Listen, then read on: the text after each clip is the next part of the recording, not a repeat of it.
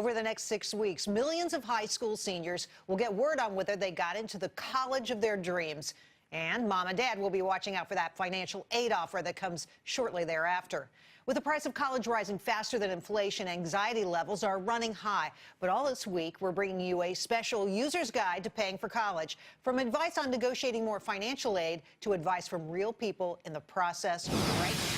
But here to kick things off tonight is Rob Franek, Senior Vice President of the Princeton Review and publisher of the book, Paying for College Without Going Broke. This is a book with a whole section dedicated to decoding those award offers. Rob, welcome to the show. Good to be here. So we've been looking at this stuff, the acceptance letters, the aid offers all week long. Yep. Listen to the acceptance letters. Hear it. You're in, says Rutgers. Congratulations. In the University of Pittsburgh. Congratulations. I'm pleased to inform you that you've been accepted for admission. And then you pick up the financial aid offer. Right. It's a lot less fun. True enough. Why is it? And it's confusing. Why? One, the lingo is confusing. Some schools will call things scholarships. Some will call them grants. There's lots of acronyms out there. They're confusing, and a process that is already a little scary to students and parents, it could be confusing with the language.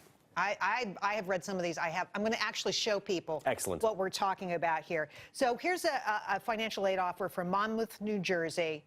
And they're offering something called alternate financing. They say they're going to give you, it sounds like they're going to give you $8,800, but in reality, it's really a loan. Totally, totally. And it could be confusing for several schools. Some schools are very clear, other schools are not very clear. The things that students have to focus on is total cost of attendance. That's the actual sticker cost. Room and board, fees, We're going to books. get there, my friend. Yeah. I've got another one of these to show. So here's something called Wildcat Excellence T1. Now you're wondering, what the heck is that? Well, it's a scholarship. That's good news. It's for $1,000. Even better news at the University of Arizona. But guess what?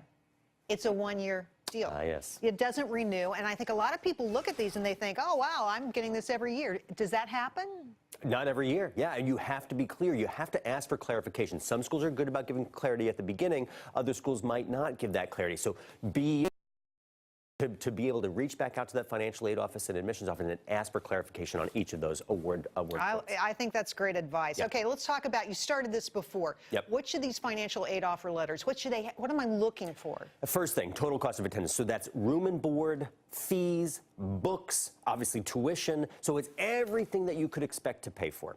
All right, so I have an example here. Yes. We're going to blow the budget. Okay. Monmouth, New Jersey, again, that university says in their letter, $31,878, Okay. except for the fact they didn't include $900 worth of books Right. or $2,500 for travel. Right. They are light. The real tab would be something like $35,000, and that's not a happy thought for mom and dad, right? No, particularly if you're going in with some blinders on and not thinking that that's the real sticker price that you're going to pay. All right, we mentioned cost of attendance, grants, scholarships. Right. Then there's loans. Right. Work study, and expected family contribution. This is the key, right? It is the key. You have to think about the scholarship and grants that you're going to get, because that's the free money, so that's the best money, but it's that expected family contribution, an acronym that students and families will say EFC. That's an important number to focus on, because that's what you will be expected to pay at that college. In terms of money, Yep. getting free money, how much can I expect to get?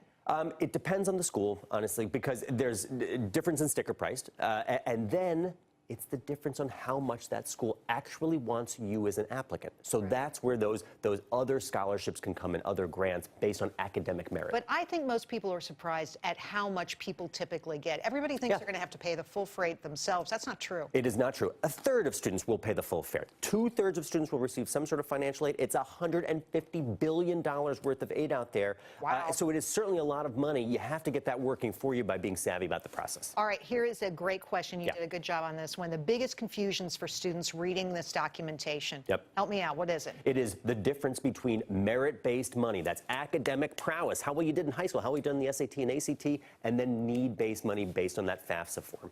Okay, and we've got gapping, Tell me about that. It is gapping. It is the tuition. It is the difference between your EFC, your expected family contribution, and what the school can actually give you. And trying to fill in that gap is the challenge for many schools. Now, some schools can meet it 100%, as we talked about on colleges that pay you back. But some schools can meet it 80%, 50%, 60%. So that's the difference. And often it's not clear from the documentation It is that you have a gap, or you need to fill that gap, or what exactly that gap is. Exactly, and how you can fill it. It's convenient to fill it with a loan, but that might not be the best thing for students and families. So to go in without blinders on into that loan process if you have to take it. And just to underline, front-loading is an issue, too, for incoming freshmen. It is an issue, and you have to be savvy about that process. You have to ask for that clarification, as we talked about. Is that scholarship guaranteed me for 4 years? And what are the prerequisites, or what are the criteria for me to guarantee it for myself for 4 years? You have to maintain a GPA. Goodness knows what else you have to do. Might have to live on campus. You may. Rob Franek, thank you for coming on and helping us out. You're going to be with us all week. I'm very excited about that. I am, too. Good to see you. Thank you.